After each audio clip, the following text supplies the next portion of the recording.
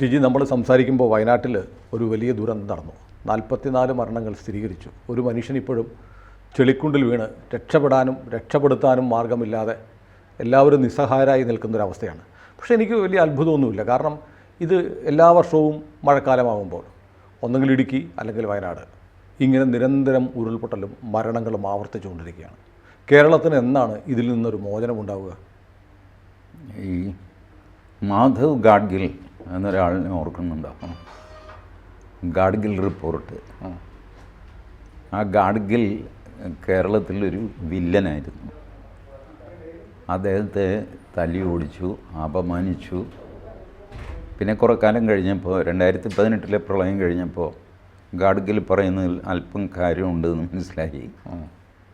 ഗാഡ്ഗിലിന് പിന്നെ കേരളത്തിൽ വരാമെന്നായി. പിന്നെ അദ്ദേഹം 1-2 തവണ വരികയൊക്കെ ചെയ്തു. ബട്ട് ഗാഡ്ഗിൽ റിപ്പോർട്ട് പിന്നെ അത് കസ്തൂരി രംഗൻ റിപ്പോർട്ടായിട്ട് മാറി. പിന്നെ അത് വുമൻ കെ വുമൻ റിപ്പോർട്ടായിട്ട് മാറി. അങ്ങനെ ഡൈല്യൂട്ട് ചെയ്തും പിടിച്ചും മരിച്ചും സുപ്രീം കോടതിയിൽ യുദ്ധം ചെയ്തും ഒക്കെ നമ്മളുടെ കയ്യേറ്റങ്ങളെ സാധൂകരിച്ചുകൊണ്ടിരുന്നു. ഗാഡ്ഗിൽ ഈ പറഞ്ഞ മാതിരിയുള്ള വലിയ കടുത്ത നിബന്ധനകളൊന്നും വെച്ചിരുന്നില്ല. ബട്ട് ആ റിപ്പോർട്ട് വായിച്ചു നോക്കാൻ പോലും കൂട്ടാക്കാതെ കേരളത്തിൽ വലിയ ബഹളം നടന്നു. ഗാഡ്ഗിൽ കുടിയേറ്റക്കാരെ ഒഴിപ്പിക്കും, കയ്യേറ്റക്കാരെ ഒഴിപ്പിക്കും. കേരളത്തിലെ ഒരു സ്ഥിരം ഡയലോഗ് ഉണ്ടല്ലോ, കയ്യേറ്റക്കാരെ ഒഴിപ്പിക്കണം, കുടിയേറ്റക്കാരെ ഒഴിപ്പിക്കരുത്. ഇത് തമ്മിൽ എന്താ വ്യത്യാസം എന്ന് എനിക്ക് മനസ്സിലായിട്ടില്ല. കുടിയേറ്റം എന്ന് പറഞ്ഞു കഴിഞ്ഞാൽ എന്താ, ഒരു സ്ഥലം വിട്ട് വേറൊരു സ്ഥലത്ത് ചുമ്മാ കയറി താമസിക്കാതാണ് കുടിയേറ്റം. അത് തന്നെയാണ് കയ്യേറ്റം. ബട്ട് കുടിയേറ്റത്തിന് ഒരു വ്യത്യാസമുണ്ട്. ഈ വ്യാപകമായിട്ട് 50കളിലും 60കളിലും ഒക്കെ വനം പതിച്ചു കൊടുക്കുന്ന ഏർപ്പാടുണ്ടായിരുന്നു. അങ്ങനെയാണ് നമ്മുടെ അടൂർ ഭാസിയുടെ പാട്ടിലെ വനം പതിച്ചു കൊടുക്കും, ആർക്കും വനം പതിച്ചു കൊടുക്കും, തൊട്ടുംകരയിൽ വിമാനം താവളമുണ്ടാക്കും. അന്ന് വനം പതിച്ചു കൊടുക്കുന്നത് വലിയൊരു ഫാഷനായിരുന്നു. ഞാൻ കേരളകൗമുദിയുടെ ആർക്കൈവ്സ് ഒരിക്കൽ പരിശോധിക്കാനിടയായി. ഒരു 48, 50, പിന്നെ അത് കഴിഞ്ഞിട്ട് 60, 70 സമയത്തെ. അപ്പോൾ 60, 70 സമയത്തെ ഞാൻ നോക്കുമ്പോഴാണ് ഞാൻ നോക്കിയത് ഉള്ള സത്യം പറയാമല്ലോ.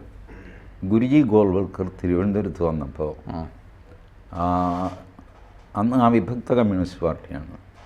ഈ മലയാറ്റൂർ രാമകൃഷ്ണൻ അടക്കം കല്ലെറിഞ്ഞു. കല്ല് അവിടെ വരെ എത്തിയൊന്നുമില്ല. അപ്പോൾ അന്ന് ഇടിയൻ നാറാപിള്ള എന്ന് പറഞ്ഞിട്ടൊരു ഇൻസ്പെക്ടറാണ് തിരുവനന്തപുരത്ത്. അങ്ങനെ ഇവരെ പിടിച്ചുകൊണ്ട് പോയി തല്ലി. ഇവർ യൂണിവേഴ്സിറ്റി കോളേജിലായിരുന്നു. ആ കൂട്ടത്തിൽ ONV കുറുപ്പും ഒക്കെ ഉണ്ടായിരുന്നു എന്ന് പറയപ്പെടുന്നു. ഏതായാലും മലയാറ്റൂർ രാമകൃഷ്ണൻ ഉണ്ടായിരുന്നു. അപ്പോൾ ഈ വാർത്തയൊന്ന് തപ്പിയെടുക്കണം. അതന്ന് കേരളകൗമുദിയിൽ മാത്രമേ വന്നിട്ടുള്ളൂ എന്നാണ് എൻ്റെ അറിവ്. ഞാൻ ആ വാർത്ത തപ്പി എനിക്കത് കിട്ടുകയും ചെയ്തു കേട്ടോ. കേരളകൗമുദി കവർ ചെയ്തിരുന്നു. ഇതൊക്കെ ഇവരുടെയൊക്കെ പേരും ഒക്കെ ഉണ്ടായിരുന്നു. അപ്പോൾ ഈ വാർത്ത ഞാൻ അന്വേഷിക്കാനിടയ്ക്കാണ് ഓരോ ദിവസത്തെയും പത്രം ഞാനിങ്ങനെ മറച്ചു നോക്കുന്നു. വലിയ ബൈൻഡ് ചെയ്ത വോളിയംസാണ്, ഡിജിറ്റൈസ് ചെയ്തിട്ടില്ല. അതങ്ങനെ ഇരുന്ന് പതുക്കെ മറിച്ച് നോക്കണം ഓരോന്നോരോന്നായിട്ട്.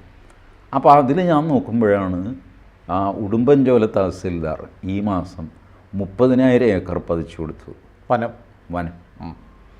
പിന്നെ ആ കോതമംഗലം തഹസിൽദാർ, ആ തഹസിൽദാർ ഈ തഹസിൽദാരൊന്നും പറയുന്നുണ്ട്. തഹസിൽദാരുമായി തമ്മിൽ മത്സരമാണ്.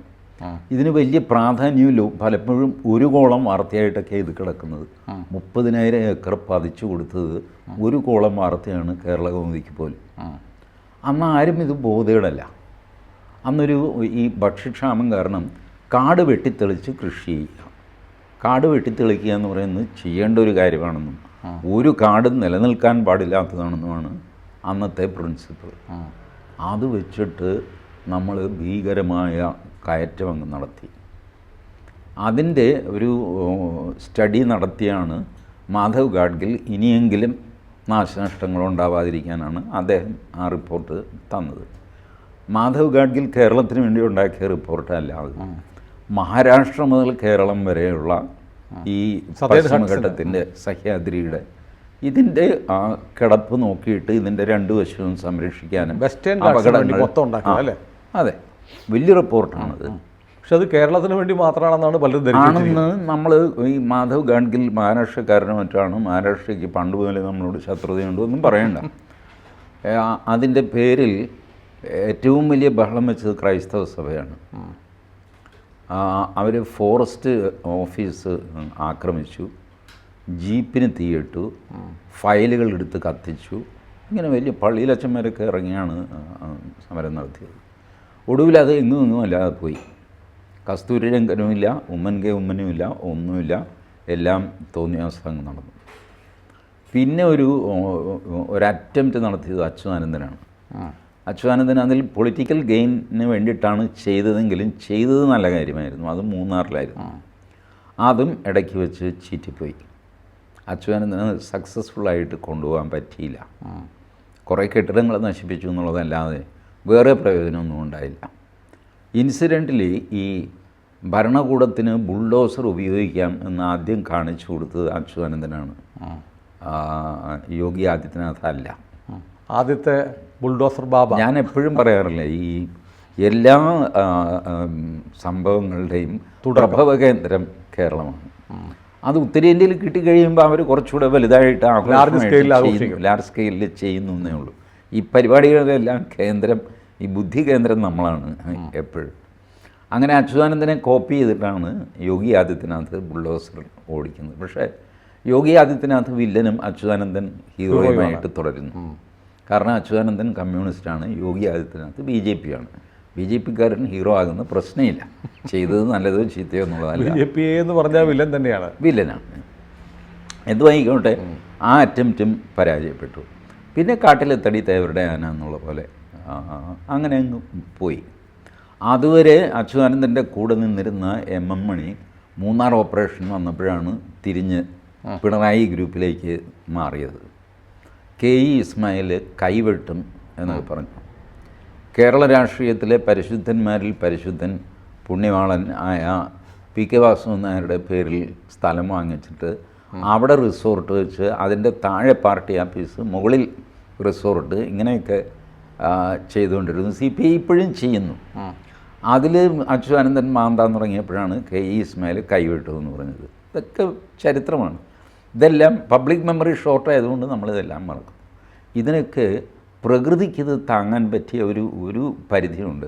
അത് കഴിഞ്ഞാൽ പ്രകൃതി തിരിച്ചടിക്കുകയല്ല, ഇത് തിരിച്ചടിയൊന്നുമല്ല, സിമ്പിൾ ഫിസിക്സും ഹൈഡ്രോളിക്സും ഒക്കെയാണ്.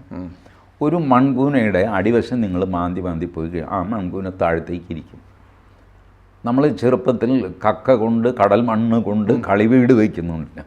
ആ കളിവീടിൽ നമ്മൾ ചെയ്യുന്നത് എങ്ങനെയാണ്? അതിൻ്റെ അടി ഇങ്ങനെ മാന്തി അപ്പുറത്തുനിന്ന് ഇപ്പുറത്തുനിന്ന് ഞാനും അപ്പുറത്തുനിന്ന് സുനിലും മാന്തി അതിനകത്തുകൂടെ നമ്മൾ കൈ കൊടുക്കും. കൊള്ളാം എന്നൊക്കെ പറഞ്ഞിട്ട് നമ്മൾ രണ്ടുപേരും കൈവലിക്കും. ഈ സാധനം താഴെ വീഴും. കൈയുടെ സപ്പോർട്ടിലാണ് ആ മണ്ണിങ്ങനെ നിൽക്കുന്നത്. കൈവലിച്ച് താഴെ. കാരണം അടിയിൽ നമ്മൾ തുറന്നിരിക്കുക.